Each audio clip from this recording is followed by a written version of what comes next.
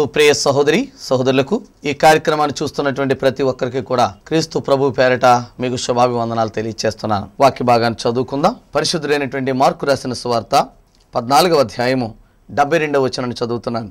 వెంటనే రెండవ మారు కోడి కూసెను గనుక కోడి 2 మారులు కూయక మునుపు నీవు నన్ను ఎరుగవని ముమ్మారు చెప్పెదవని యేసు తనతో చెప్పిన మాట పేతురు జ్ఞాపకమునకు తెచ్చుకొని తలపోయిచ్చు ఏడ్చెను. ప్రార్థన చేసుకుందాం. పరిశుద్ధుడైన మా తండ్రి, కృపగల దేవ, మా యేసయ్యాని స్తోత్రాలు. ఇంతవరకు నీ ఉచితమైన కృపను బట్టి, ప్రేమను బట్టి మమ్మల్ని సజీవులుగా నడిపించిన దేవాని స్తోత్రాలు. వాక్యం నీది, మాట్లాడువాడిని దాసుడు ప్రభువాని స్తోత్రాలు. వాక్యము అద్దం వంటిది నాయన. అద్దంలో మా సహజ సౌందర్యాన్ని చూసి ఎలా సరిచేసుకుంటామో వాక్యం అనేటువంటి అద్దంలో మా ఆత్మ సౌందర్యాన్ని సరిచేసుకునే కృప మాకు అనుగ్రహించండి తండ్రి. నాయన వాక్యములే సత్యమున్నదో బిడ్డలతో మాట్లాడండి. ఏ ఒక్కరు అలక్ష్యంగా కానీ, నిర్లక్ష్యంగా కానీ, విమర్శనాత్మకంగా కానీ వాక్యాన్ని వినకుండా పూర్ణాంగీకారంతో వాక్యాన్ని విని ఆ ప్రకారం నడుచుకునే కృప నీ బిడ్డలకు అనుగ్రహించమని యేసు నామమున అడుగుచున్నాము తండ్రి. ఆమేన్.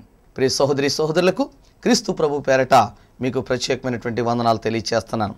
చదవబడినటువంటి వాక్య భాగాన్ని కానీ మార్కు సువార్త మరి 14వ అధ్యాయము 72వ వచనములో ఒక చక్కటి వాక్య భాగాన్ని మనం ధ్యానం చేయబోతున్నాం.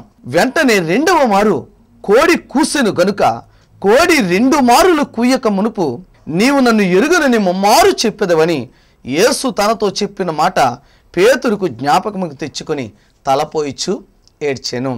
3 సార్లు అబద్ధమాడిన తర్వాత కోడి కోస్తుంది అని ప్రభువారి పేతురుతో చెప్పినటువంటి మాట 4 సువార్తల్లో కూడా మనం చూడగలిగితే, ఇదే వాక్య భాగాన్ని మనం చూడగలిగితే 3 వాక్య భాగాల్లో ఒకే విధంగా రాయబడి ఉంది. కానీ మార్కు సువార్తలో మాత్రం అది డిఫరెంట్గా రాయబడి ఉంది. 3 వాక్య భాగాలు చూస్తే మత్తయి సువార్త 26వ అధ్యాయం 69 నుంచి 74వ వచనం, మరి లూకా సువార్త 22వ అధ్యాయము 55 నుంచి 62 వచ్చిన భాగం, అలాగే యోహాను సువార్త 18వ అధ్యాయము మరి 15 నుంచి 18 వచనాలు, 25 నుంచి 27 వచనాల్లో ఈ వాక్య భాగం రాయబడి ఉంది.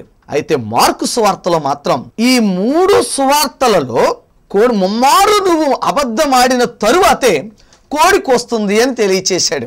ముమ్మారు నువ్వు అబద్ధమాడిన తరువాతే కోడికి వస్తుంది అని తెలియచేశాడు ప్రభువారి పేతురుతో. కానీ మార్కు సువార్తలో మాత్రం నువ్వు ముమ్మారు అబద్ధమాడిన తర్వాత కోడి 2 మార్లు కోస్తుంది, 2వ మారు కోస్తుంది అని తెలియచేశాడు. కారణం ఏంటి? 3 సువార్తలలో 3 సార్లు అబద్ధమాడాక కోడి కోస్తుంది అని తెలియచేశాడు. కానీ మార్కు సువార్తలో మాత్రం 2వ మారు కోడి కూసిన తర్వాత ముమ్మారు అబద్ధమాడాక 2వ మారు కోడి కోస్తుంది అన్నాడు. ఇంతకీ మార్కు సువార్తలో ఎందుకు ఈ విధంగా రాయబడింది? కారణం ఏంటంటే మార్కు సువార్తలో చెప్పబడినటువంటి వాక్య భాగము పేతురు యొక్క సొంత సాక్ష్యం. అది మార్కు సువార్త తన యొక్క సొంత సాక్ష్యంగా చెప్పబడినటువంటి సువార్త. కారణం ఏంటంటే మార్కు రాసిన సువార్తని మరి అంత మోస్ట్లీ స్కాలర్స్ తెలియచేసింది ఏంటంటే సువార్తలన్నింటిలోకెల్లా ప్రాచీనమైనటువంటి సువార్తగా, మొట్టమొదటి సువార్తగా చెప్పబడినటువంటిదే మార్కు సువార్త. అయితే ఈ మార్కు సువార్తను అంతనే రాయటానికి పేతురు మూలకారకుడిగా దీన్ని చెప్పబడుతుంది. కారణం ఏంటంటే పేతురు చెబుతుండగా మార్కు రాశాడు గనక దీన్ని మార్కు సువార్తగా చెప్పటం జరిగింది. అందుచేతనే పేతురికి, కోడికి, యేసు ప్రభువారు మన పేతురికి మధ్య ఉన్నటువంటి కోడి, ఈ 3 అనుభవాన్ని పేతురికి మాత్రమే బాగా తెలుసు గనక ఆ స్వార్థలో 3వసారి అబద్ధమాడాకే 2వ మారు కోడి కూసింది అని మార్కు స్వార్థలో తెలియచేశాడు.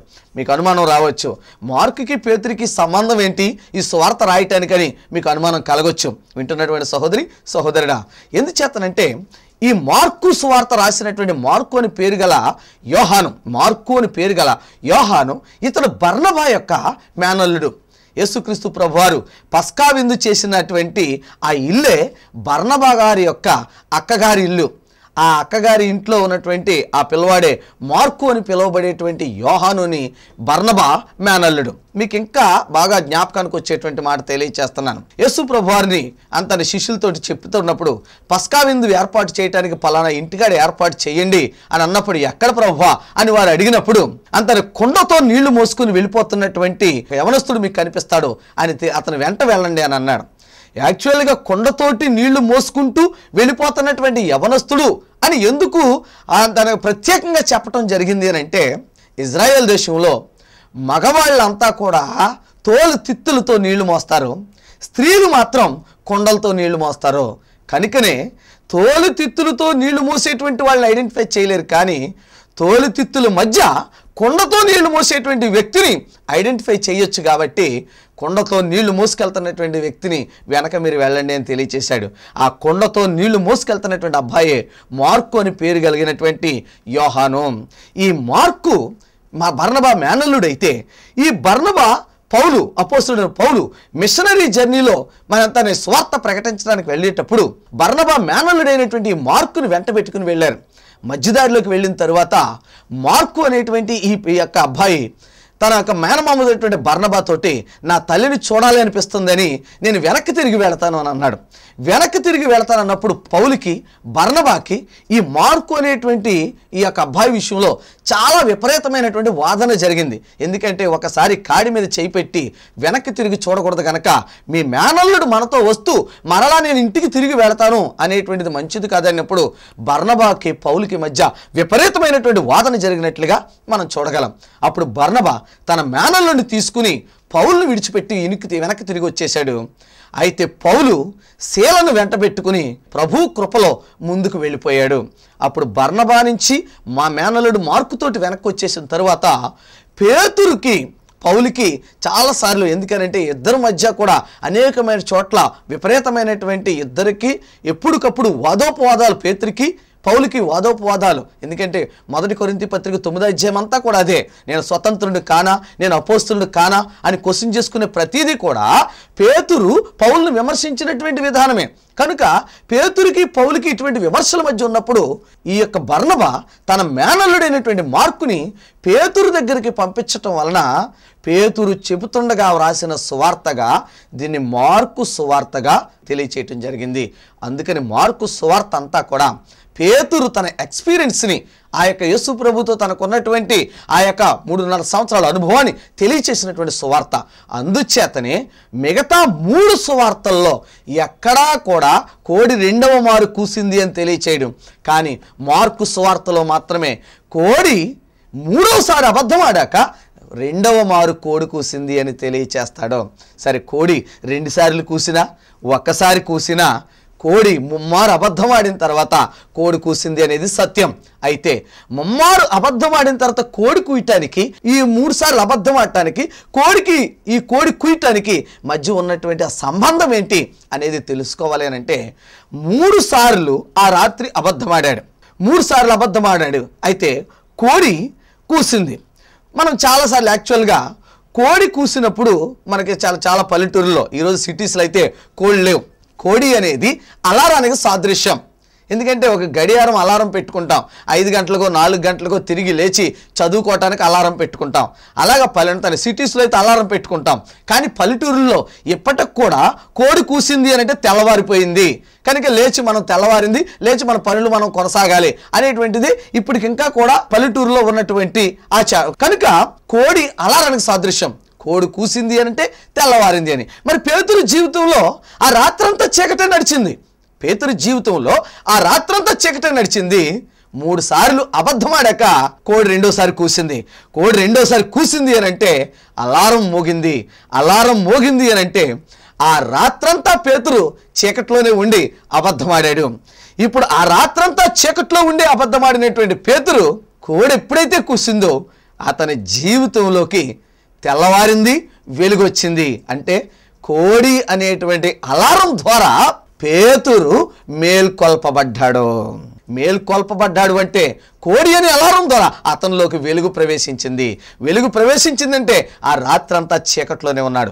చీకట్లో నుంచి కోడి అనేటువంటి అలారం ద్వారా వెలుగులోకి ప్రవేశించినటువంటి పేతురికి ఎందుకు ఈ అనుభవాన్ని ప్రభు చూపించాడు? కారణం ఏంటంటే ఆ రాత్రి చీకట్లోనే ఏ రీతిగా ఉన్నాడో ఒక్కసారి పేతురుని మీకు జ్ఞాపకం చేస్తున్నాను. లూకా సువార్త 22వ అధ్యాయము 31వ వచనం.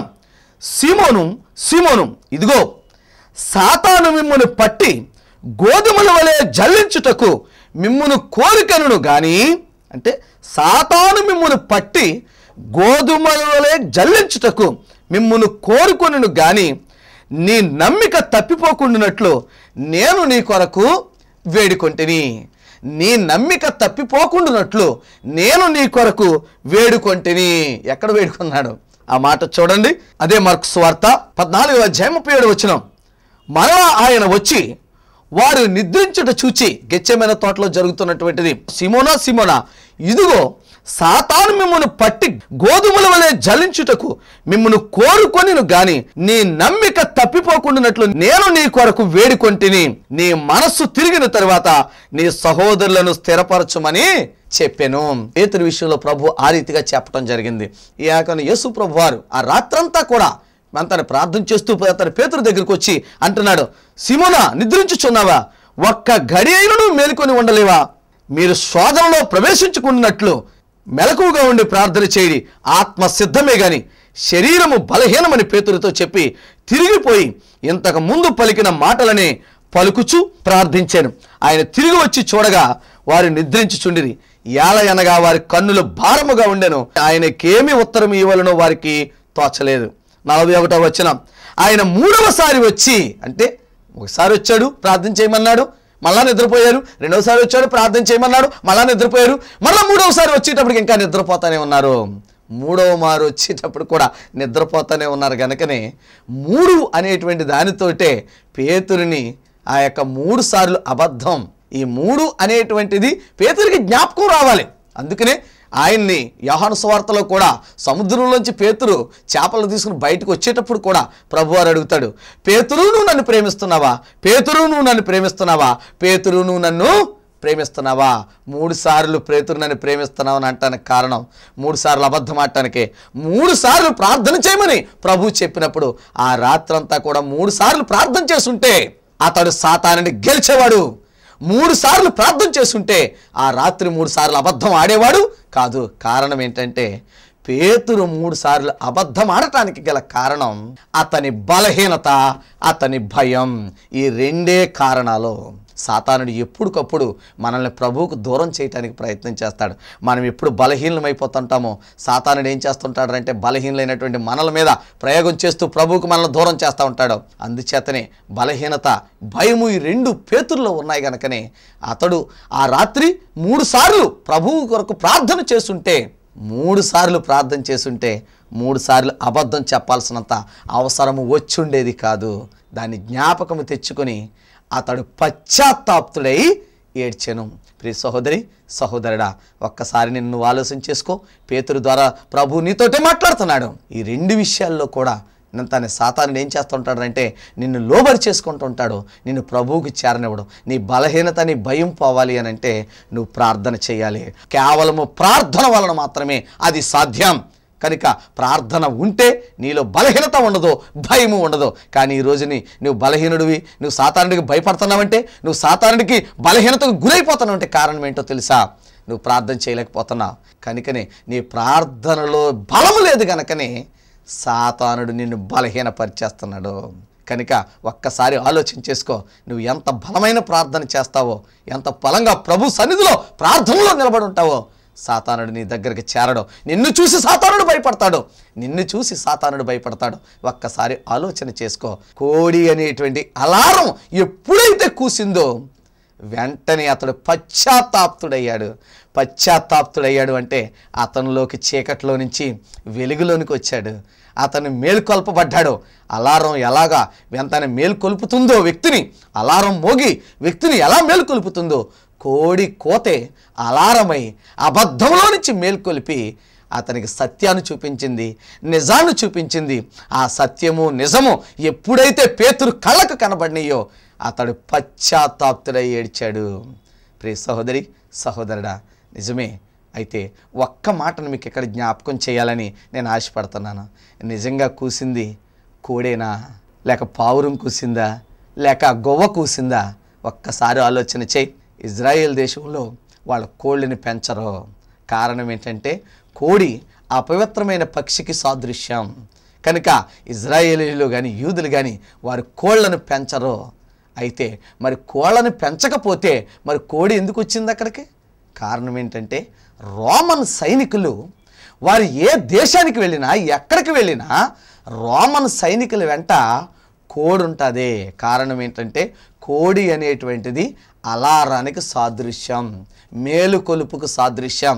కనుక రోమన్ సైనికులు తీసుకొచ్చినటువంటి ఆ కోడే, ఆ రోజు కూసినటువంటి కోడి ఇజ్రాయేల్కి సంబంధించినటువంటి కోడి కాదు, వాళ్ళు పెంచిన పెంపుడు కోడి కాదు. రోమన్ సైనికులు వారు అలారం కోసం, వారి మేలుకొలుపు కోసం, తెల్లవారింది అని మేలుకొలుపు కోసం వారు తెచ్చుకున్నటువంటి కోడి.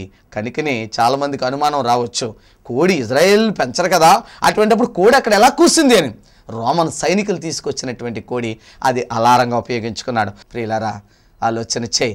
కోడి ఎప్పుడైతే కూసిందో అంతటి పేతురులో మేలుకొలుపు కలిగింది, పశ్చాత్తాపుడయ్యాడు. అక్కడ కోడి కూస్తే మేలుకొలుపు పేతురుకు వచ్చి పశ్చాత్తాపం వచ్చింది. ఇక్కడ ఈ వాక్యాన్ని వింటున్నటువంటి నీవు, నీ హృదయంలో ఉన్న చీకటి, నీ హృదయంలో ఉన్న అబద్ధం, నీ హృదయంలో ఉన్న బలహీనత, నీ హృదయంలో ఉన్న భయం పోవాలి. ఈ వాక్యం విన్నటువంటి నీవు, పేతురు ఆ రాత్రంతా కూడా భయపడుతూ బలహీనుడై 2 లక్షణాలు కలిగి ఉన్నాడు. ఒకటి బలహీనత, ఒకటి భయం. ఈ రెండిటికి కారణమే 3 సార్లు అబద్ధమాడాడు. అతడే 3 సార్లు రాత్రి ప్రార్థన చేస్తుంటే బలహీనత ఉండేది కాదు, భయం ఉండేది కాదు. కనుకనే బలహీనత, భయం పోగొట్టడానికి ఆ కోడి కోతే అతనికి ఏమైందో తెలుసా? వాక్యం అనేటువంటి అలారం అయ్యింది. ఎప్పుడైతే కోడి కూసిందో దేవుని వాక్యం జ్ఞాపకానికి వచ్చింది, దేవుని మాట జ్ఞాపకానికి వచ్చింది. 2 సార్లు అబద్ధమాడినప్పుడు జ్ఞాపకం రాలేదు. 3వసారి అబద్ధమాడిన కోడి కూసినప్పుడు దేవుని వాక్యం జ్ఞాపకానికి వచ్చింది, ప్రభు మాట జ్ఞాపకానికి వచ్చింది. అంటే ఆ కోడి కోతే వాక్యమై అతనిలో ఉన్నటువంటి చీకటిని తొలగించి వెలుగులోనికి నడిపించింది. ఆ వెలుగులోనికి వచ్చిన విధానమే అతడు పొందినటువంటి పశ్చాత్తాపం. ప్రియ సహోదరి, సహోదరుడా, వాక్యం వింటున్నావు కదా? ఆనాడు కోడి కోత పేతురును మేలుకొల్పితే నువ్వు వింటున్నటువంటి వాక్యం నీ హృదయంలో ఏ విధంగా మేలుకొల్పుతుంది? ఆ కోడి కోత ద్వారా అతడు చేసిన తప్పులన్నీ, అతడు 3 సార్లు అబద్ధమాడిన విధానాన్ని పొంది పశ్చాత్తాపం చెందాడు. మరి వాక్యం వింటున్నటువంటి నీవు, ఈ వాక్యం నీ హృదయంలోకి ఇదిగో ఖడ్గంలో ప్రవేశిస్తుంది. ఆ వాక్యము నీ హృదయంలో ప్రవేశిస్తున్నప్పుడు నీ హృదయంలో ఉన్నటువంటి చీకట్లు తొలగించుకోలేవా? ఈ వాక్యం వింటున్నటువంటి వాక్యం ద్వారా నీలో ఉన్నటువంటి చీకట్లు తొలగించుకో. ఆనాడు పేతురికి మేల్కొల్పటానికి కోడిని ఉపయోగించాడు. ఈ రోజు నిన్ను మేల్కొల్పటానికి ఈ వాక్యం నీ ముందుకు వచ్చేసింది. నిన్ను మేల్కొల్పటానికి ఈ వాక్యం నీతో మాట్లాడుతుంది. ప్రియ సహోదరి, సహోదరుడా, ఒక్కసారి ఆలోచన చేసుకో. నీలో ప్రార్థన ఉందా? లేకపోతే బలహీనత ఉందా? భయం ఉందా? బలహీనత, భయం ఉంటే సాతానుడు నీలో ఉన్నట్లే. బలహీనత, భయాన్ని తొలగించుకుని ప్రార్థన అనేటువంటి శక్తిని నీలోకి తెచ్చుకుంటే ప్రభు కోసం శ్రమలకైనా, మరణానికైనా, దేనికైనా కానీ నువ్వు భయం లేకుండా ముందుకెళ్ళిపోతావు. బలహీనత అనేటువంటిది నీలో ఉండదు. ఆలోచన చేసుకో. ఆదాము, నేను దిగంబరునే, భయపడి దాక్కుంటున్నాడు. ఆదాములోకి ఎప్పుడైతే భయం వచ్చేసిందో ప్రభువును చూడటానికి కూడా ముందుకు రాలేకపోయాడు. పేతురులోకి ఎప్పుడైతే భయం వచ్చిందో యేసుక్రీస్తును ఒప్పుకోవటానికి కూడా పేతురు ముందుకు రాలేకపోయాడు. కనుక ఆదాముని ఎలాగైతే, ఆదాము దిగంబరత్వాన్ని పోగొట్టడానికి క్రీస్తు ప్రభు వారు వచ్చి సిలువ మీద ఏ రీతిగా మరణించి అదంతాని మానవునికి ఉన్నటువంటి మరణ భయాన్ని ఎలాగైతే పోగొట్టేశాడో, ఎప్పుడైతే కోడి కూసిందో దేవుని వాక్యం పేతురులో ఉన్నటువంటి మరణ